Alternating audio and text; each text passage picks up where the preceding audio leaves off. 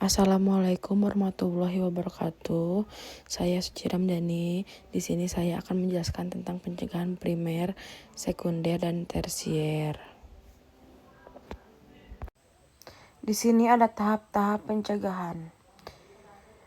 Tingkat pencegahan disesuaikan dengan riwayat alamiah penyakit. Yang pertama pencegahan primer, yang kedua pencegahan sekunder, yang ketiga pencegahan tersier. Pencegahan primer ada upaya pencegahan yang dilakukan saat proses penyakit belum mulai. Pada periode pre-patogenesis dengan tujuan agar tidak terjadi proses penyakit.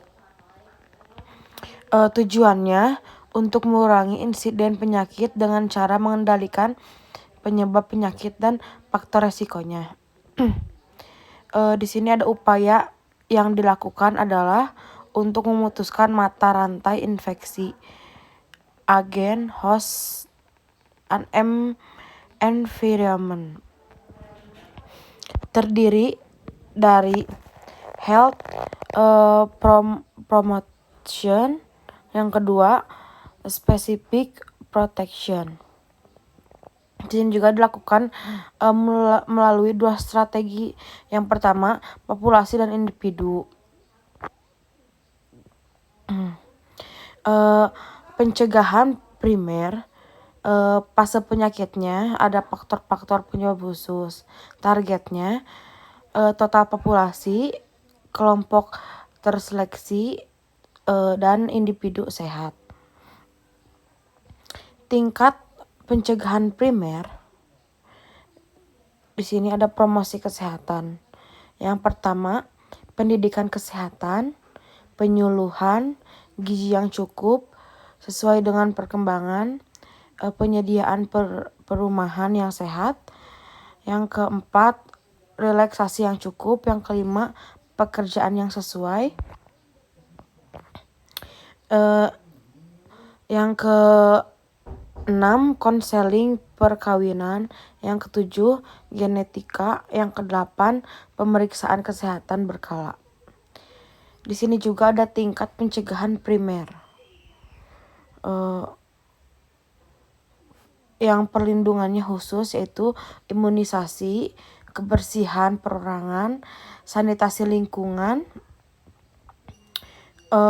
Terus yang terakhir perlindungan terhadap kecelakaan akibat kerja. Yang keempat, penggunaan gizi tertentu. Yang kelima, perlindungan terhadap zat yang dapat menimbulkan kanker. Yang ketujuh, menghindari zat-zat alergenik. Yang selanjutnya, pencegahan sekunder adalah upaya pencegahan yang dilakukan saat proses penyakit sudah berlangsung namun belum timbul tanda atau gejala sakit. Contohnya seperti patogenesis awal dengan tujuan proses penyakit tidak berlanjut.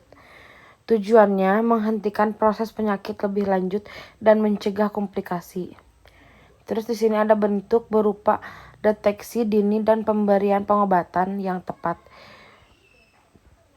Contohnya seperti pencegahan sekunder di fase penyakit, yaitu tahap dini penyakit. Targetnya adalah pasien. Tingkat pencegahan sekunder, di sini ada diagnosis dini dan pengobatan segera.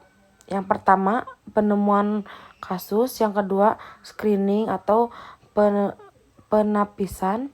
Yang ketiga, pemeriksaan khusus dengan tujuannya yaitu menyembuhkan dan mencegah penyakit berlanjut, mencegah penyebaran penyakit menular, mencegah komplikasi dan akibat lanjutan. Yang terakhir, memperpendek masa ketidakmampuan. Tingkat pencegahan sekunder, yaitu pengobatan yang cukup untuk menghentikan proses penyakit. Yang kedua, mencegah komplikasi dan sequelae yang lebih parah. Yang ketiga, menyediakan fasilitas khusus untuk membatasi ketidakmampuan dan mencegah kematian. Contohnya seperti PMS, yaitu kultur rutin bakteriologis untuk infeksi asimptomatis pada kelompok RISTI. Yang kedua, sipilis, tes serologis untuk infeksi preklis pada kelompok RISTI. Yang ketiga, kanker leher rahim, hapusan pap. Yang keempat, kanker payudara, screening dengan mamografi. Yang selanjutnya ada pencegahan tersier. Pencegahan yang dilakukan saat proses penyakit sudah lanjut, yaitu akhir periode patogenesis, dengan tujuan untuk mencegah cacat dan mengembalikan penderita ke status sehat. Tujuannya menurunkan kelemahan dan kecacatan, memperkecil penderitaan dan membantu penderitaan untuk melakukan penyesuaian terhadap kondisi yang tidak dapat diobati lagi. Terdiri dari disability limitation, yang kedua rehabilitation.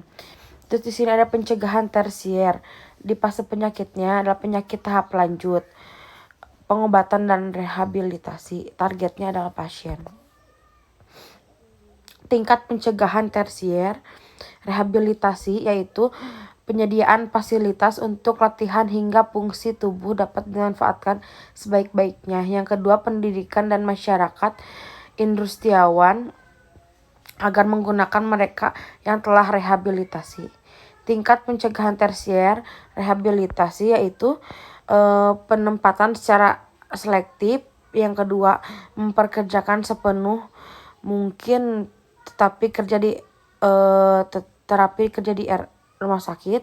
Yang keempat, menyediakan tempat perlindungan khusus. Contohnya, penivaskuler diabetik pada kaki, perawatan kaki rutin pasien diabetes. Yang kedua, fraktur dan cedera, memasangkan sel peregangan tangan di rumah orang yang mudah jatuh. Terus yang ketiga, ulceritasi kulit kronis, penyediaan matras khusus untuk menyandang cacat berat.